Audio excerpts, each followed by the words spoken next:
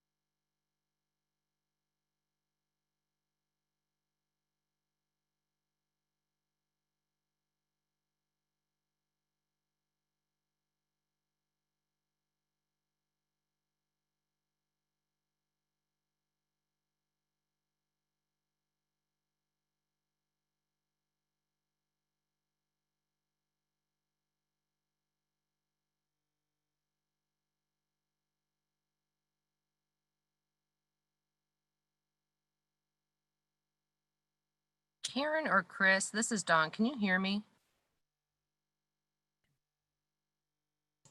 I can hear you, Dawn. Thank you.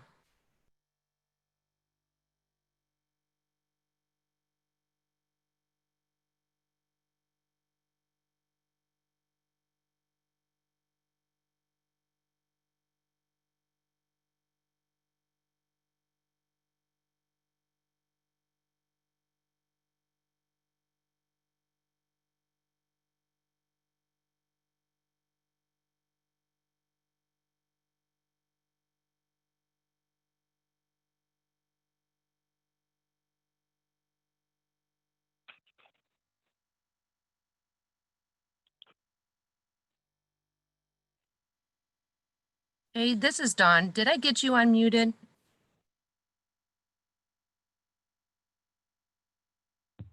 Yes, Jay Wickham is here. Thank you.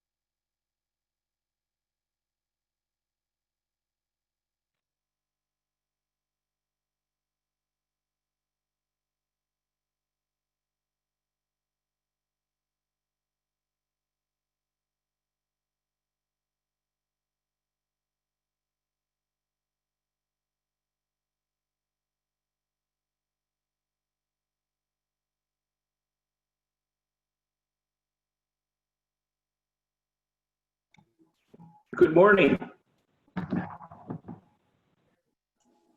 Good morning. All right.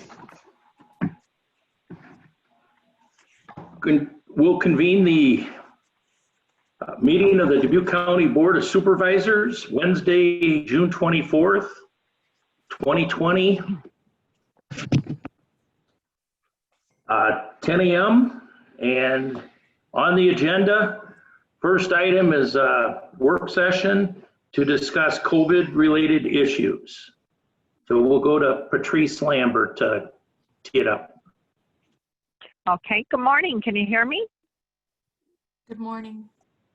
Good Yes, morning. good morning. Yes, we can Good. hear you. Okay. Yesterday was a busy day. What we were doing is more or less planning. I don't know if Joe is on the line to give an update on the jail status at all. I can wait to hear if he is or not.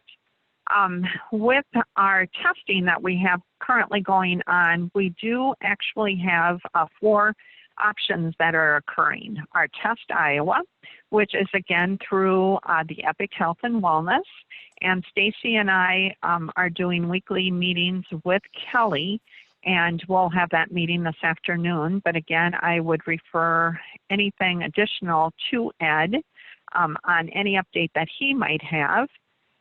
Union Family Pharmacy continues to do their testing. Again, you have to go on and take an assessment. Platteville is still doing their, it's very similar to Test Iowa, but it's open to anyone. And then, of course, our healthcare providers continue to do the testing. Dubuque Specialty Care, I know Stacy is on and she can give the report. And I see that Chris is on for the Sunnycrest. So again, I would just ask to see if Joe is on the line, Sheriff Kennedy.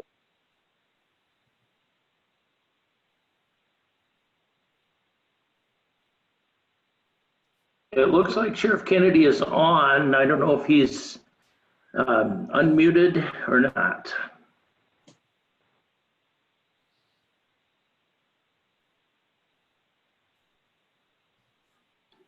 Sheriff Kennedy, are you available?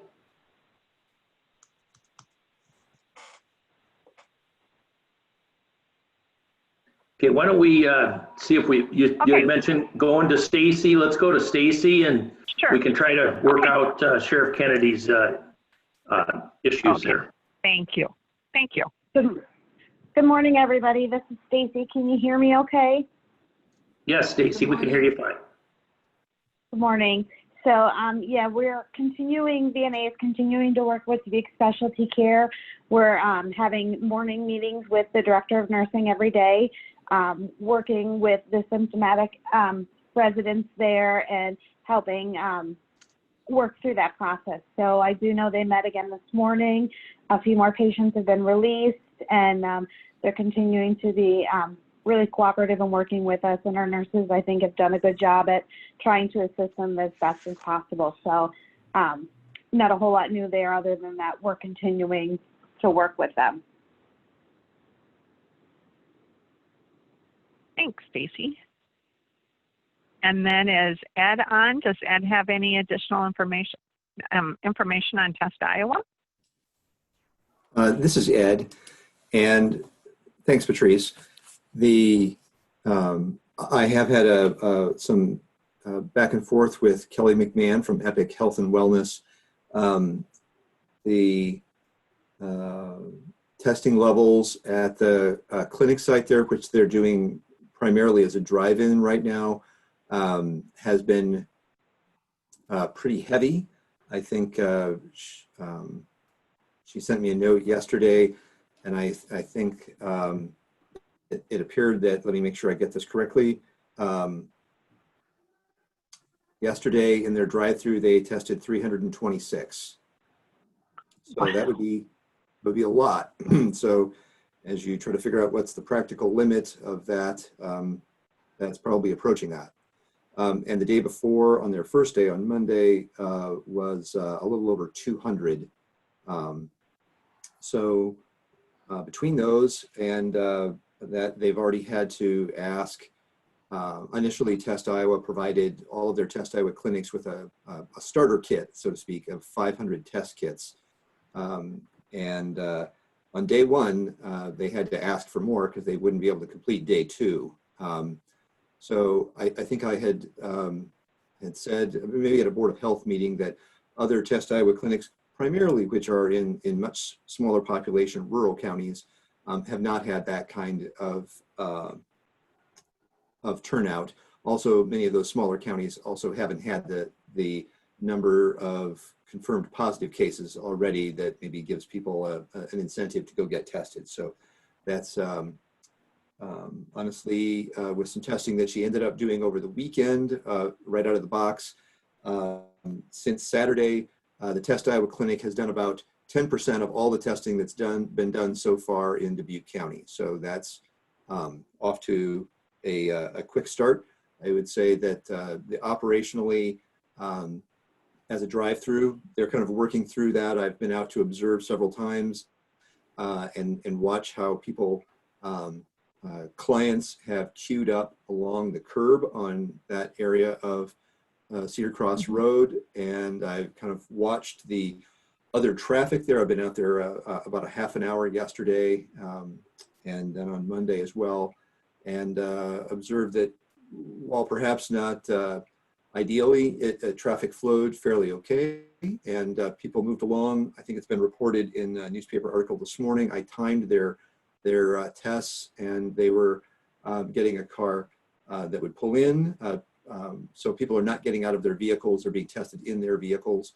They kind of pulled into the testing area at the back of the building, and it took anywhere from about a minute, 15 seconds to a car with several people in it to taking perhaps up to 2.5 minutes. So clients were moving through fairly rapidly, even if there was a queue of up to 40 cars that I observed about this time yesterday. So I haven't been there yet today, but I probably will after the meeting.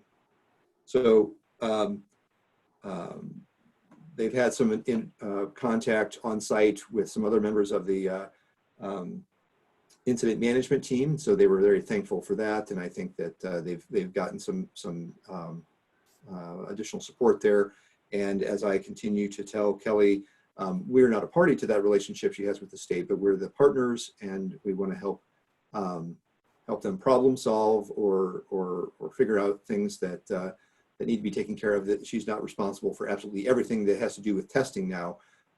We're here to help with that. So I have appreciated the ongoing relationship that we're having with Epic Health and Wellness to help make that successful for the residents of Dubuque County and Northeast Iowa. And we initially, she was going to take as an example of how things continue to change, and they may change again based on the customer flow. She had tried to do scheduled appointments, perhaps not scheduled down to 10-minute intervals, but a little bit wider intervals to stop in. And that just became impractical. And so they're just taking people as they come through. Clients right now that maybe haven't been able to take that assessment, they're trying to accommodate that and doing a nice job. And it seemed to be working fairly well based on the feedback that she had provided to me. I haven't received any other calls from anybody else in the public or anything like that, but that interaction seemed to be nicely. They had 2 staff people doing all of that. They may not have been the same 2 staff people throughout the entire time they were open, but it doesn't take a whole lot of staff to be able to click through a car every minute to minute and a half.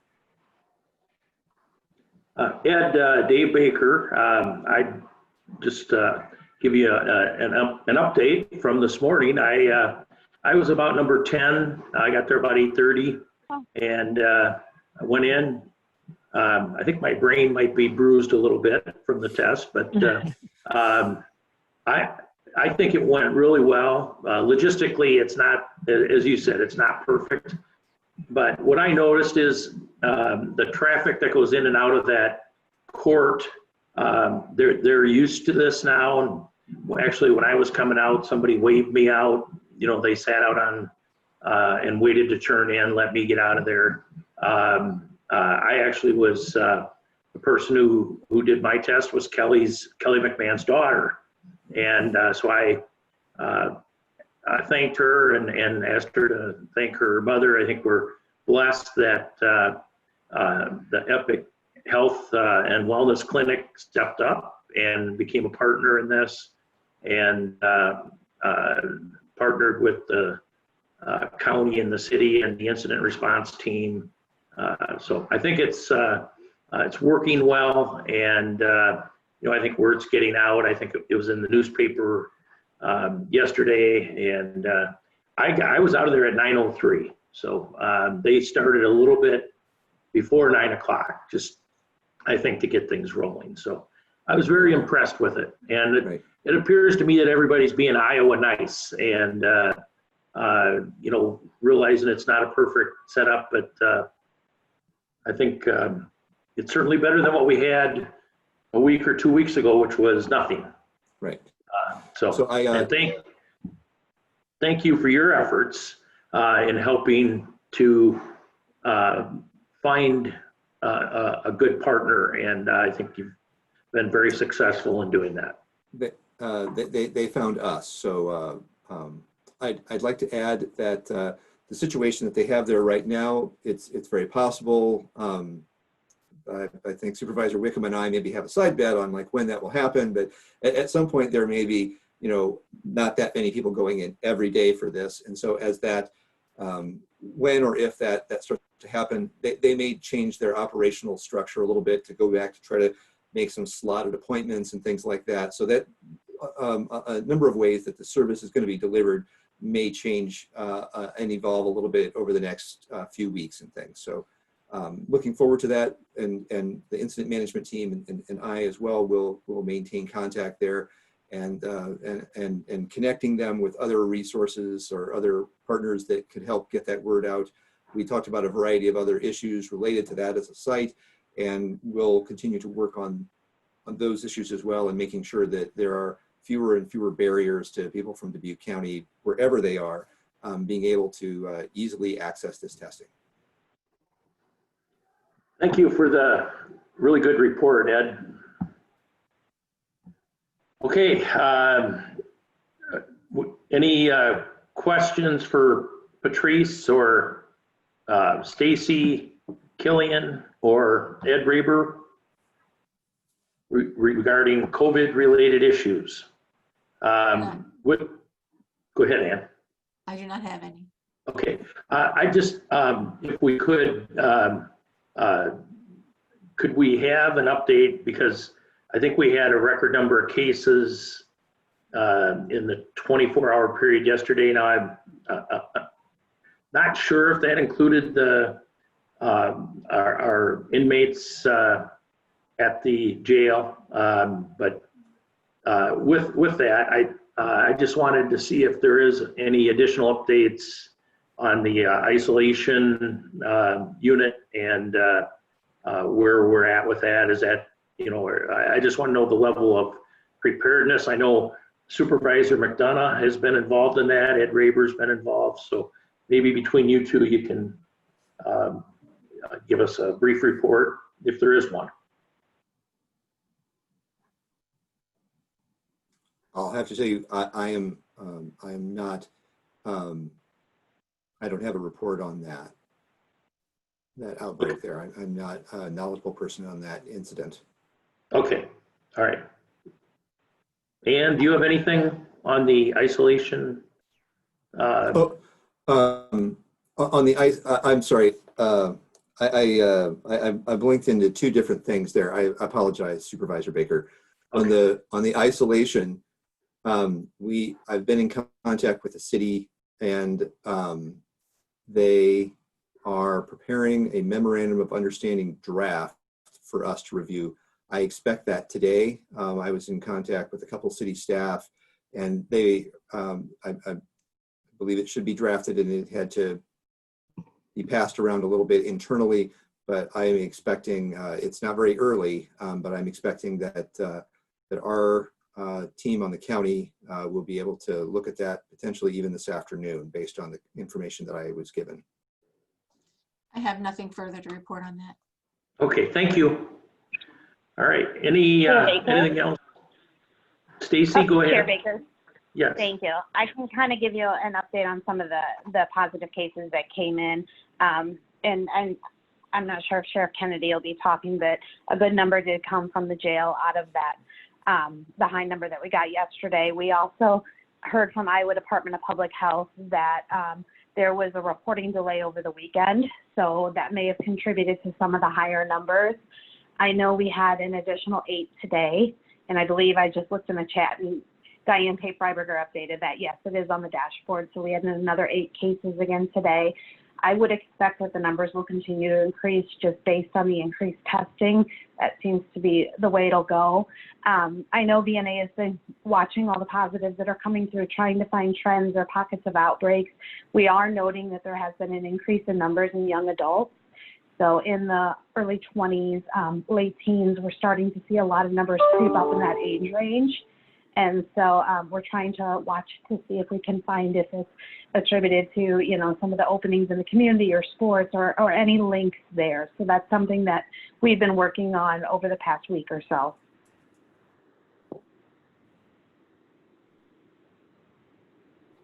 Thank you, Stacy, for that report. Normally at this time, I believe Tom Berger has a conflict, so he may be able to join us later. Patrice, is that still the case with Yes, Tom? it is. Okay. Yep, it is. All right.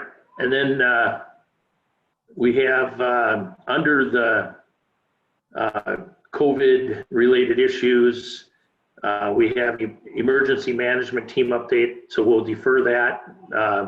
That would be Tom Berger. And are there any other questions for Patrice or Stacy or Ed Reber?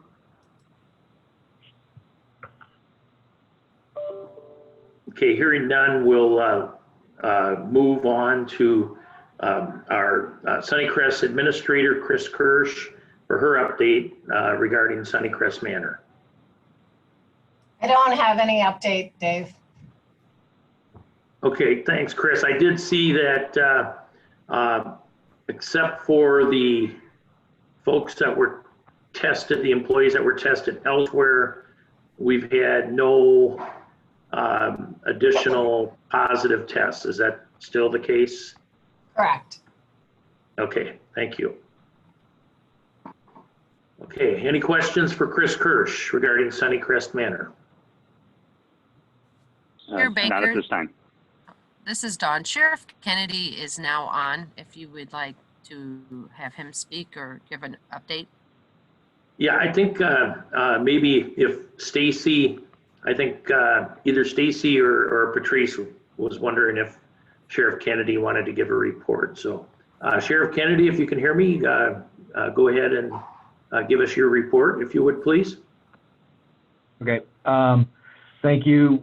So as we put out to everybody yesterday, we had 24 confirmed COVID cases in the jail after our incident last Friday.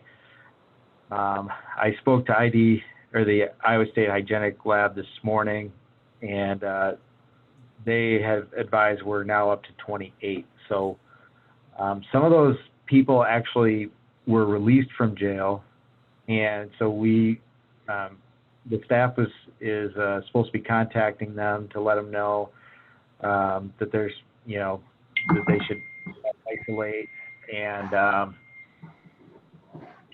monitor their symptoms. The rest of the inmates that we have currently are in 2 housing units where they're locked down in their cells for 23 hours a day. They're allowed out for phone calls and showers and things like that, but the rest of the time they're going to be locked in their cells. And right now we don't really appear to have anybody with any major symptoms. Most of the inmates have either just minor achiness or low-grade temperature below 100 even. Or they're asymptomatic, so at this time. So you know, we're managing it the best we can. Fortunately, none of the staff came back positive. Although I did have a staff member contact me, and I can't remember where we were at with this, about alternate housing. He has a high-risk individual that lives with them, and his wife takes care of his mother-in-law, who is currently going through chemo. So I know at one point we talked about having alternate housing for first responders in the event of something like this. Is that still available? And I guess I don't know that we ever decided on where we would direct those people.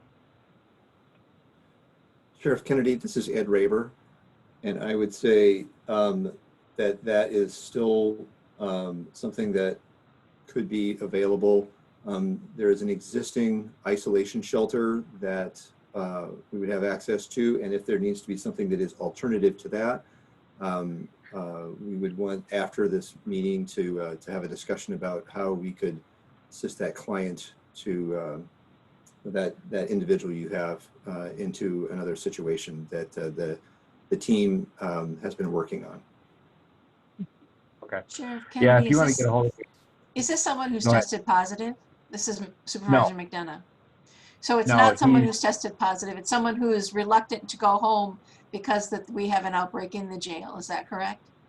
That's correct. Okay. Right. We do have other housing issues that I know that the incident management team has looked through that. Patrice, you can work with the sheriff offline here, and we do have other arrangements made for those situations. Absolutely.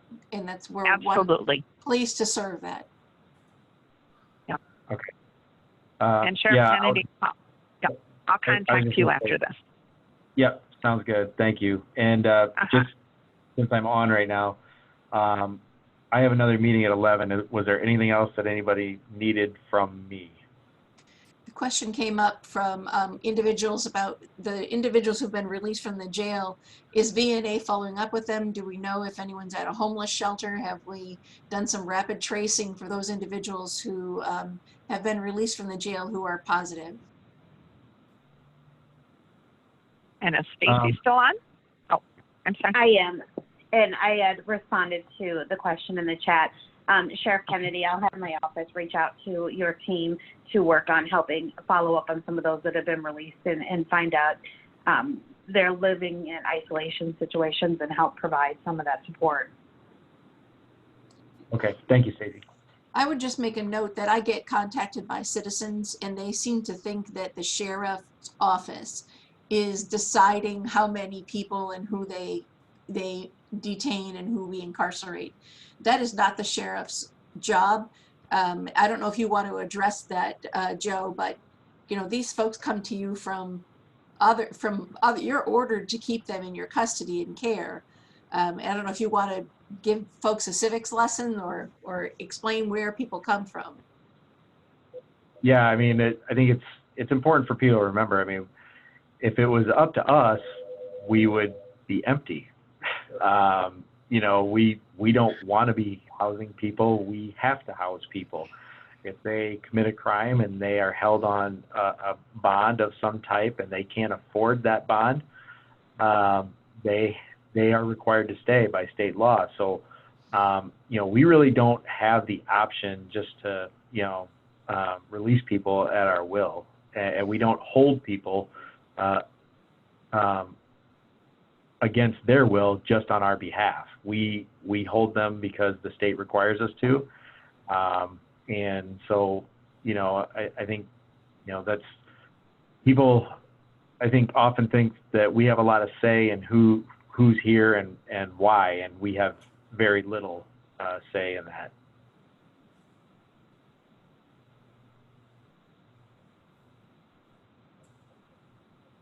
Okay, any other questions for Sheriff Kennedy? Thank you for the explanation, Sheriff Kennedy.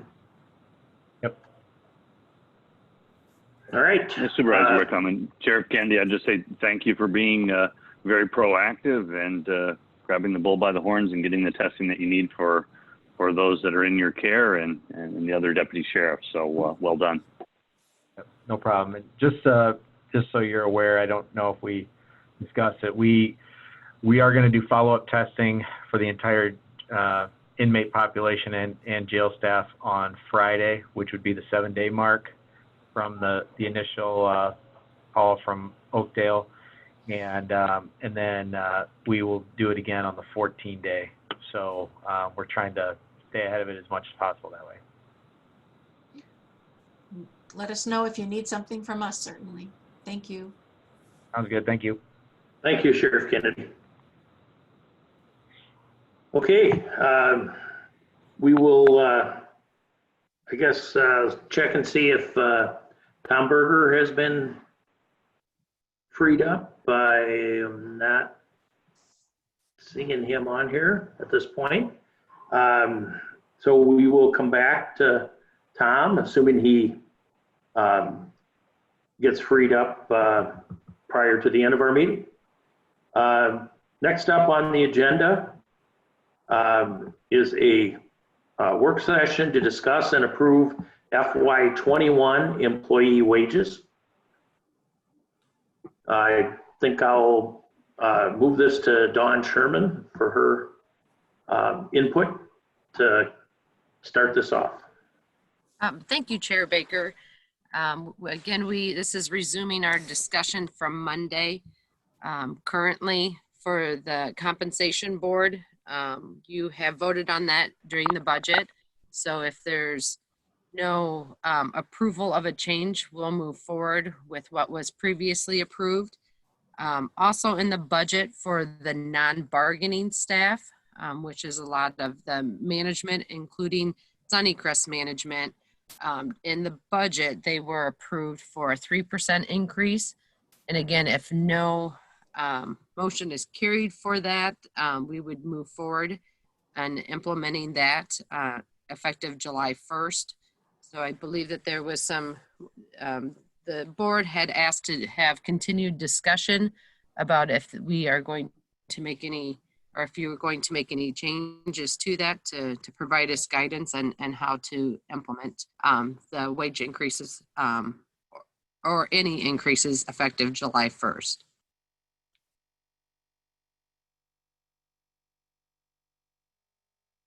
Don, this is Supervisor Wickham. Thank you for that, and thank you for sending the spreadsheet with the various categories. So I did review that. I'll list my position for my colleagues. So I'm still looking for any type of review and or support for wage freeze, with the exception of the Sunnycrest Sheriff's Department and the Health Director. So if there's any renewed interest in doing the wage freeze, then we can move forward. If not, I will defer to Supervisor McDonough and Supervisor Baker in their positions. But I'm currently at a wage freeze at this point. Supervisor Wickham, are those carve-outs from the list that Dawn sent to us, or are they categories that are otherwise not in these 74? We're talking basically about 74 employees.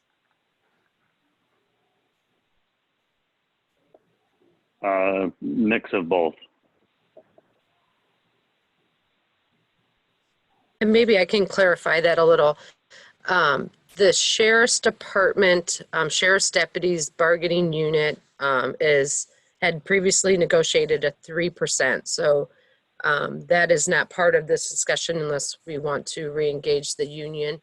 The management staff, which I believe is about 16 employees at the Sheriff's Department, they are included, their pay increases are subject to that of what you approve for the sheriff. So their wages are tied to the determination of the comp board.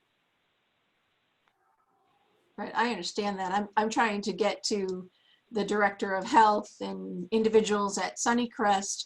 You know, the 74 individuals that you gave us the list of, a zero wage increase on some of those folks hits much differently than, I mean, no one wants a wage freeze, obviously.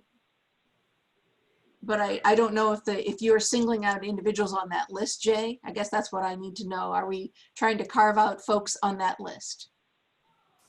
I would be interested in high level before we go to the details. If Supervisor McDonough or Baker has interest in a wage freeze, we can do that. As of Monday, I know that was not the position. So I don't need to, have 42 people go through an exercise if there's no additional support. Understand. So hopefully you're clear on where I stand. I think we can, in the sake of everyone's time and the sensitivity of the matter, if there's not support for a wage freeze, let's move off of it. So that's what I'd ask for you two to weigh in. You know where I'm at. There are two supervisors who do not support a 3% increase. We can say that categorically. Now, I don't know if all three of us are there or not. So, I guess that's yet to be decided, but I don't support going forward under a 3% increase, which happens if we fail to take action. That's what will occur, a 3% increase, because we decided that at a different time back pre-COVID. So my position has been that a 1.5% wage increase is based on a previous union negotiation in the county. We had a set of employees in the past in a labor bargaining unit agreed to a 1.5% increase. This would be a 1-year decision. And I think 1.5% is between 0 and 3 and lets us move forward for a 1-year term. So I don't know, that's where I left it on Monday. I don't know if there's been reflection on that, if that's a possibility. If there's something less than 3 that's palatable, I don't know what that is. This is Supervisor Baker. I am, again, I'm comfortable with the decisions that we made. I think 3% is a fair increase, and we have numerous employees that are going to receive 3%, 2 Sheriff's Department bargaining units, 1 at Sunnycrest Manor, and the sheriff and his deputies. And I think it's unfortunate that some of the other folks, by virtue of the compensation board rollbacks, are getting less, but that's not anything we can do about that. That affects the other elected officials, including the recorder, auditor, and the treasurer, and the county attorney, and I hope I didn't miss anybody. And the supervisors. So I think it's 3% for the sheriffs, 1.5% for the others that I mentioned, and 0.7 for the supervisors. And I'm comfortable with those. We had a lot of discussion to get to that point, but I don't think timing should be the reason. I think we should be looking at this as more of a holistic approach and look at when we know the revenues, loss of revenues are going to be more of an issue in FY22. And I think that's when our decisions will have to be made. So I think, I agree with one thing with Ann is doing a 1 year and then take a look at it. But I'm more inclined to go with the 3% that was recommended, so that we're not asking a small group of employees to carry the burden. I'll make a motion at this time that the supervisor's wage increase be reduced to 0. I will second that.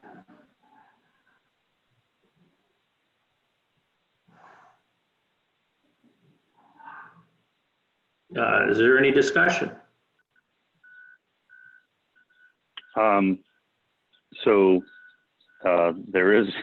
There might be some procedure on there why I support the movement of a freeze or a 0.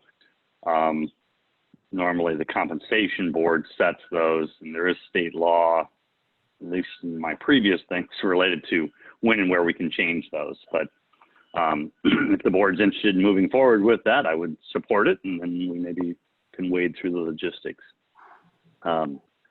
It's a pretty small amount, very, very small symbolically, very small whole dollar amount. So I would be hoping the board would be looking to be a little more impactful than that. But if it's a crumb, I'll take a crumb. I agree. If it's a crumb, we'll show that for leadership. And if it's somehow entangled, I don't intend to, do anything further with the compensation board, but certainly it's hard to talk about wage increases or freezes. All the same, if it's symbolic, so be it. Leadership at it's a few $1,000s. So it's a few $1,000s, and we've got between part-time and full-time employees, almost 500 people. I don't think you're going to impress the public very much by just changing our wage very slightly. I think those that are out of jobs, those that are at wage freezes, are facing a much different scenario than currently than we're presenting. I guess I wasn't going to be done for the day with that, but maybe we could proceed on a vote for that matter unless someone's going to tell me it's something we can't do. I believe we have the ability to adjust. A vote and we'll figure it out. I believe we have the ability to adjust the supervisor's wages down, certainly not up. So I think it's a valid motion and it's been seconded. Is there any more discussion? In discussion, I will say this. This is my 4th year on the board, and this is the second time we've taken a freeze, and in the first time I was the one that made the motion in 2017. So, all right, all in favor of the motion signify by saying aye. Aye. Aye. Aye. Carried 3-0. All right.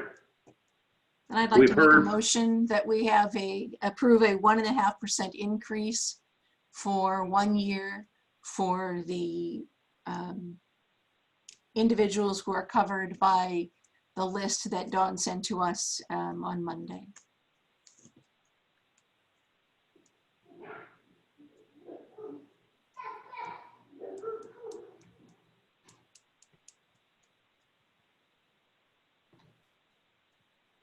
Motion dies for lack of a second. Make a motion that we have a wage freeze with the review on January 1st.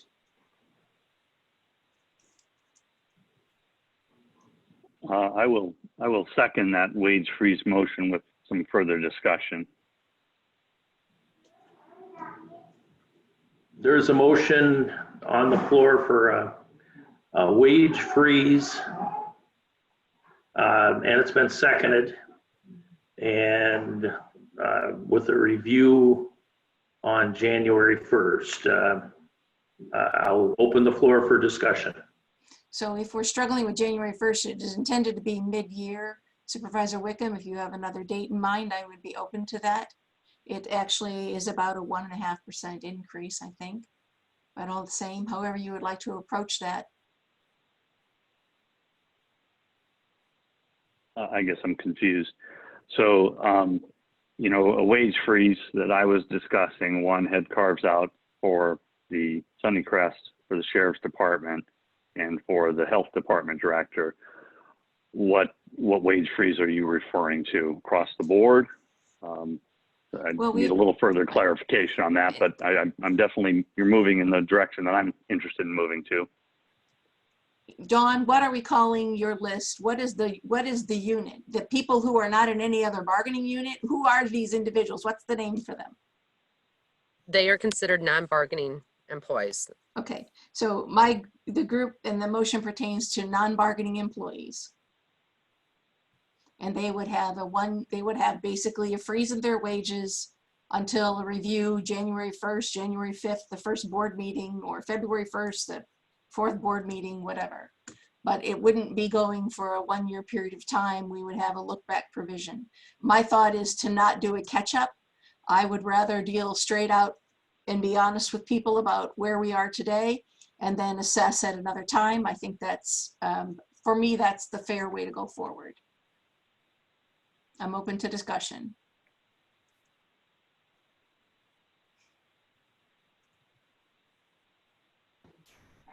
I have a question. I'm not supporting this, but are you proposing a freeze for the first 6 months and then the 3% kicks in on January 1? Because that's what I thought I heard you say, because you said it equals 1.5. It would if it changed to 3 at that time. We have Is to that- move off 0 and 3. We have to move off that because otherwise we're not getting anywhere. And we have to get a solution on the non-bargaining unit folks. So folks who are locked at 0 and folks who are locked at 3 and 1.5 gets no second. I'm at a 0 then trying to put an end date or a look back date for folks to know that we're not trying to have this extend for a year. If the situation is worse in January and we know our numbers are more extreme, I would not be favoring an increase at that time either. Supervisor McDonough, on your motion, was there any carve-outs and exceptions to the non-bargaining list? As I understand what Don Sherman just told us is that there are no members of the Sheriff's Department on the non-bargaining list. So they are carved out because they're not included in this. And I've been asking you who on that should be carved out. Sunnycrest who? Oh. I've asked that as well. It's not, they're covered by their own contract. Well, the email that was sent by Dawn has the list. So if somebody wants to bring it out, but that's an important component for me. I think those carve outs. So if it's not included in the motion, I probably won't support it. So just to clarify, there are approximately 20 employees at Sunnycrest who are not part of the bargaining unit. So they are part of the general non-bargaining group for the county. So there are Sunnycrest employees who are a part of this non-bargaining group. They are not covered by the Sunnycrest union contract. They are management staff.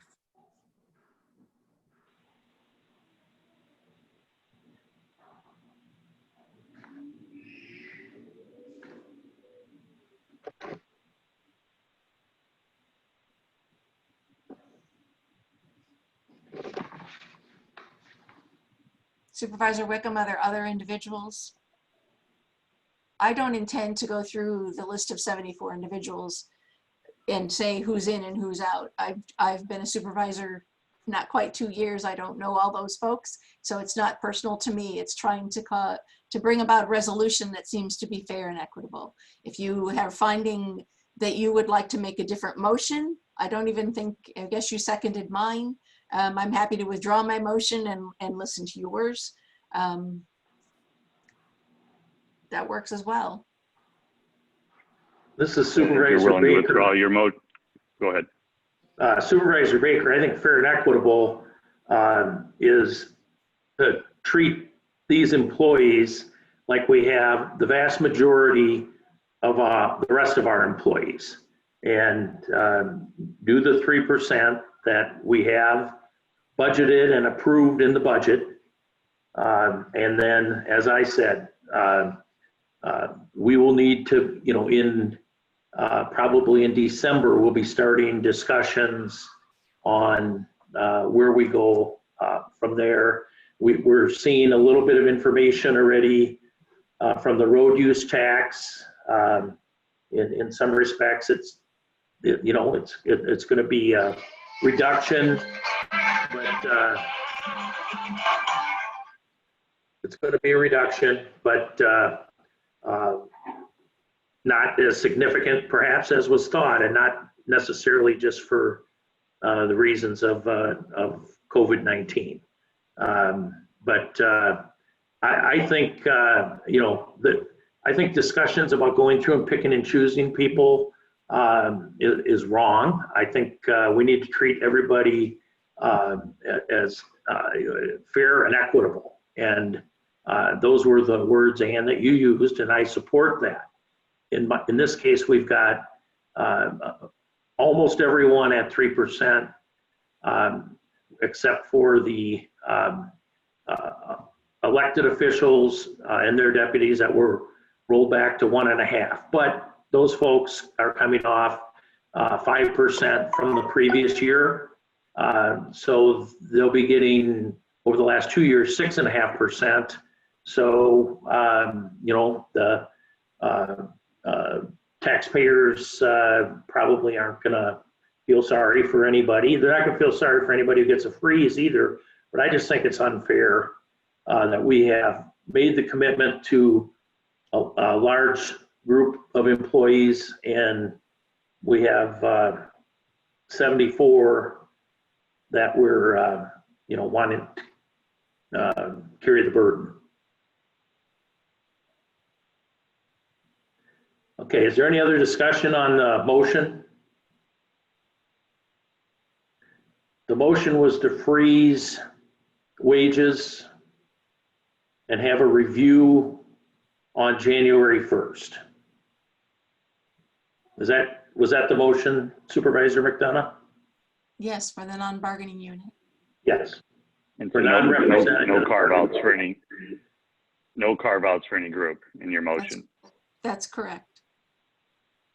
Okay, any other discussion? I All in believe we should have favor? carve-outs for Sunnycrest, but go ahead. Go ahead and call the vote, please. All in favor signify by saying aye. Aye. All opposed, nay. Nay. Nay. It's defeated, 1-2. All right, I'll try this. I'll make a motion to direct the HR director along with the budget director to assemble all employees in the county and to attempt to get them to a wage freeze with the exception of the Sunnycrest working group and the sheriff and the health department.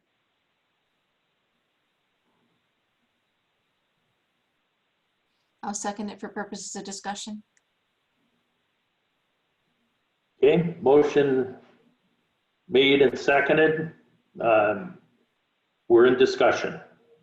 Supervisor Wickham, do I understand you to be looking at those who are covered by union contracts? We wish to go back and approach them also to do freezes.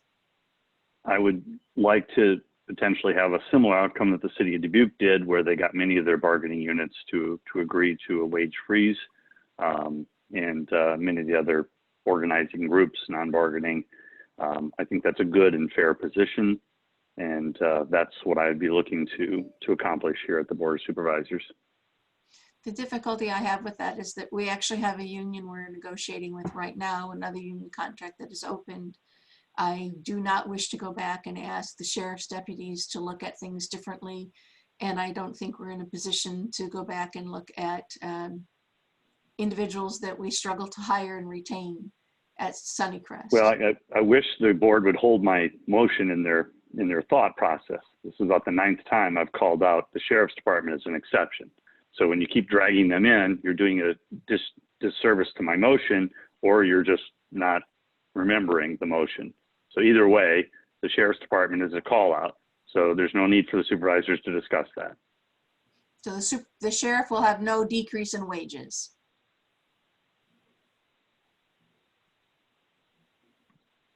There's no change to the sheriff. They're not included in the wage freeze that I'm discussing, And then what about Sunnycrest? that I'm proposing in my motion. That was the same thing too. And that includes some individuals who are on the list of 74 non-bargaining unit members, correct? That is correct. Sunnycrest has both union and non-union employees. So the unions that we're talking about are which? Dawn, Stella, tell me who you're going to seek a wage freeze from.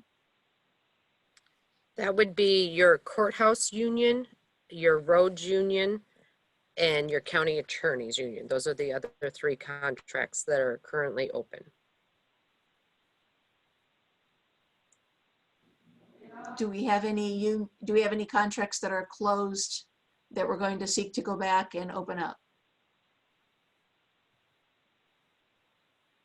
Under Supervisor Wickham's motion, no, because the one that we currently have, we're in year 2 of a 3-year agreement, is the sheriff's deputy. So we would not have to go back to that union because they are carved out in his motion.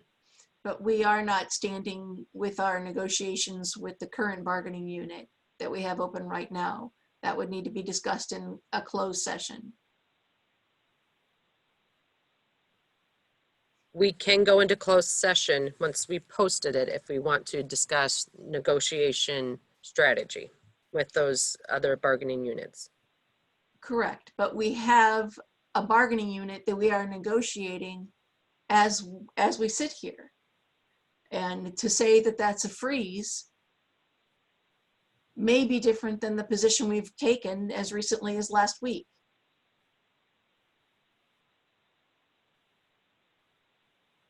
So, I mean, That I is don't think correct. I'm the only person confused, honestly. So, I mean, for that reason, I'm not going to be supporting this motion. And I'm not supporting the motion for reasons stated previously. And you probably all could have saved people about 20 minutes here because that was my opening statement. But you have my motion, and let's move on it. Okay, any other discussion? All in favor of the motion signify by saying aye. Aye. Opposed, nay. Nay. Nay. It's defeated. Right, 1-2. we're right back to where we are, which is if we do nothing, it's a 3% increase across the board. It's exactly what I said at the beginning of my motion, at the beginning of this conversation, yes. That if there wasn't support for a wage freeze, let's not torture everybody. So that's fine. That's what I realized coming in this meeting. That's fine. It's a 3-person board. I understand that. I would recommend we move to the next agenda topic. I would like to know from our staff, is there more time for this, as torturous as it is? Is there more time for this? Or are things going to begin in July? I mean, where are we with our failure to reach consensus here? With our payroll cycles, we do have a little bit of time before we would have to put them.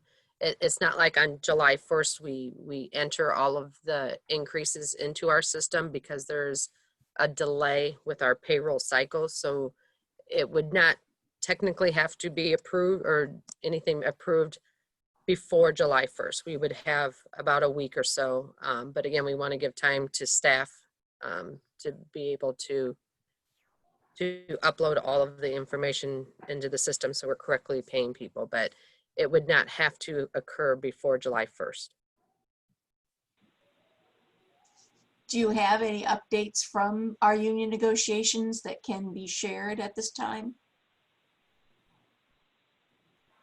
With our roads department, our proposal is in their hands.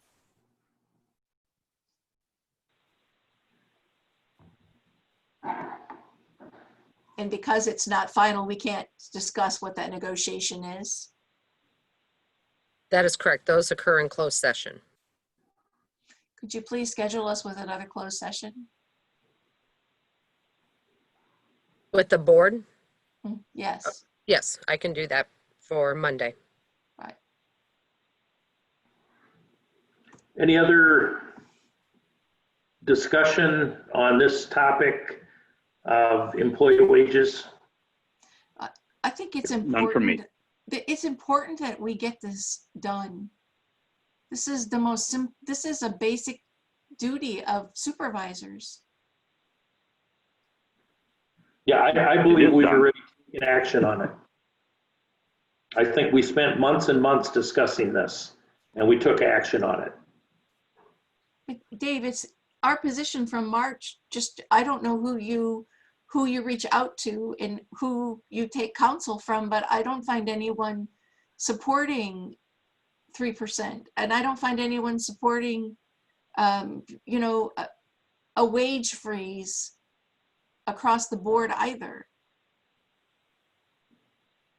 So, I mean, I'm not sure, although folks are a lot more likely to support a wage freeze for a period of time than they are a 3% increase. You know, it's unfortunate that the nature of our negotiations are this, trying to have conversation with 45 people with us in the chat room. But I mean, I don't know how to go forward, and we need to get this done. The easy answer would have been to second my motion and support it, and it would be moving forward. So I have seconded your motion. Confused by your double talk. I have seconded your motion, Supervisor Wickham, and we moved to discussion. Well, you voted against it just 5 minutes ago, so I think, Chair, I think we're done. We've had multiple motions. Let's move forward. Let's move on to the next agenda item. We've talked this to death. There's something. My position, it was not successful. And Supervisor Wickham, there's something that we're in agreement on today. We're going to move on. We have item C. Excuse me. I do believe I saw Tom Berger join the meeting. Am I correct? Yeah, Dave, I'm here now. Okay, Tom, we were kind of deferring your report, so let's do your report and then we'll move on the agenda. Yeah, we had our state conference call this morning that I just got off of, and there's really nothing more to report. There's just more guidance, you know, that with it's just kind of where it was on Monday as far as the PPE availability and moving from phase 1 to phase 2 for the long-term care facilities. There's a lot of discussed in that process, and hopefully they're going to continue to review that. But other than that, the state is still going to supply PPE shortages for the nursing homes and other facilities that are in the phase 1 situation, that they can't obtain PPE from their regular sources. And that's what we're directed to do. And really the PPE shortage is mainly with the gowns and then any N95 masks for treating the actual COVID-19 patients. So that was kind of the gist of the update. And then they went over some other legislation that affects emergency management. But that's pretty much the update since Monday, which isn't much. Okay, thank you, Tom. Any questions for Tom Berger? None at this time. Okay. Thank you, Tom. All right, we're moving on the agenda. We have a resolution regarding appointment of deputies, assistants, and clerks. Specifically, we have a permanent full-time clerk cashier position in the treasurer's office, and we'll go to Dawn Sherman for her recommendation on this. Yep. Treasurer Stearman has currently 2 open positions, a full-time and a part-time position. So he has a list of qualified candidates, and he is recommending this one to fill the full-time position. I will make a motion to approve the resolution as presented. Second. Motion made and seconded to approve the resolution. All in favor, excuse me, is there any discussion? All in favor signify by saying aye. Aye. Aye. Aye. Carried 3-0. Okay, next up on the agenda is discussion regarding Board of Supervisors meeting schedules. I had asked that this be put on there at a previous meeting, just to review where we're at regarding the Monday and Wednesday meetings. I think we've worked nicely around the Wednesday, excuse me, the night meetings, having the meeting after the COVID-19 meeting after our regular meeting. I think has, given other citizens who may work during the day the opportunity to jump on the meeting. But just want to, I think without any further input, my intention would be to keep us going on Monday and Wednesday. But I'm willing to open this up for discussion. And I also want to hear from Patrice and Tom Berger about how the 10 o'clock meetings on Monday and Wednesday, except for the fourth Monday, how that fits into their schedules, if their schedules have changed. And we originally set these up so that we could have Patrice and Tom participating in the meetings. So it's purposes for an open discussion, and make sure we have the right people involved in the meetings. And I throw in Tom Beshen and all the Board of Health members as well. So anyway, kind of opening it up. And again, I'm okay keeping what we have going, but want to make sure that these are, good, effective meetings.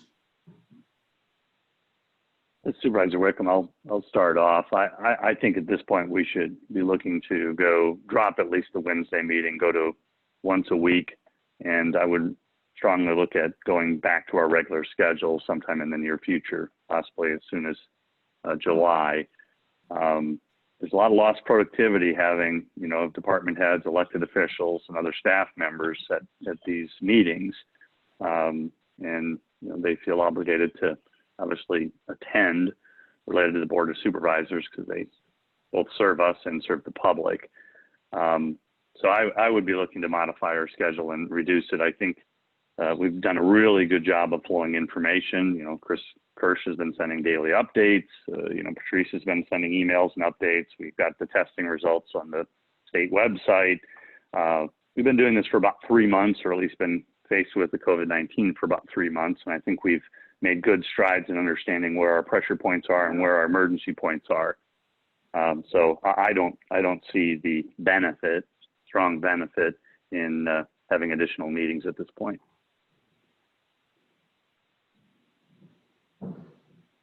Okay, Supervisor McDonough, any comments? I'm fine staying with Monday, Wednesday. Okay. How about Patrice Lambert and/or Tom Berger? Yeah, Dave, this is Tom Berger. Yeah, I always, we have our state conference call on Wednesdays, but again, like many of the other meetings that we have, they're talking about doing them every other week now because there's again, I think it's kind of like Supervisor Wickham said, the productivity, and really for my report on Monday to Wednesday isn't that much different for my aspects. So I would support or what I can do, and especially with the email, be able to keep you updated with one meeting. Tom, I appreciate your input. That's helpful. Okay. Patrice, I know, Patrice, you've been involved in just about every meeting, as has Tom, and we know Tom has a conflict on Wednesdays. I guess I'd be interested in maybe going then to Monday, every Monday meeting at this point. I know I've been involved in Tom Berger's EOC meetings with the mayors and other folks from throughout the county, and they have gone to every other Thursday at 3 o'clock. And I'm assuming, Tom, that if an emergency comes up and you need to call a meeting, you would do that. Is that correct? Oops, yeah, that's correct, Dave. And so I think with the input we've had, I think I'm leaning towards going to every Monday at 10 a.m. except for the fourth, the fourth Monday, which is our night meeting. And I think it's been successful having the COVID-19 meeting after that, giving, again, another segment of our citizenry access to our meeting, because not everybody has a job that they can jump on a Zoom and watch our meetings because they're working on a machine or driving a truck or whatever. So anyway, I want to, so I think I'm looking at the chat room. Board of Health is meeting, this is from Diane Pape-Freiberger. The Board of Health is meeting every Wednesday night at this time. I think that's probably another reason to think about discontinuing the Wednesday meetings, because we meet Wednesday morning. The Board of Health can't really give us an update. And I think if there was an emergency situation, we would hear that from Chair Tom Beschen and the other folks on the Board of Health and Patrice Lambert. So if there's no, I guess, if there's no argument or I think I'm willing to just have us go to every Monday at 10 except for the fourth Monday, unless there's an objection. I'm comfortable with that at this point. Okay. That's And fine. that sound okay? Sure. All right. So, so for today, I mean, for our next meeting, there's no difference. We'll be meeting at 10 o'clock on Monday, and we will not have a scheduled meeting at 10 a.m. on Wednesday. Correct. Can we Going talk forward. about the next closed session that we could have? Dawn, are we ready to have a closed session to discuss the open bargaining unit? Yes, I can have documents prepared for Monday. Well, let's do it this week still if we have something to discuss. That's kind of a key piece in as we try to move forward on all things. We would have to do it I would- after 11 o'clock tomorrow. But I'm What's asking the you, urgency of this week versus Monday? Dawn, is there any specific urgency that we need to address? I am not meeting with any of the bargaining units. I'm awaiting a counter proposal from the roads union, and that once I receive that, if we have a meeting on Monday, I will present that to you in closed session. I don't have a time that they are that they've said that they will have a counter back to me. do they have a deadline to conclude this union agreement? No, we've already extended the timelines because of COVID. So they don't have a 24-hour response in negotiations, and we're doing this. I've had just a telephone call with the agent.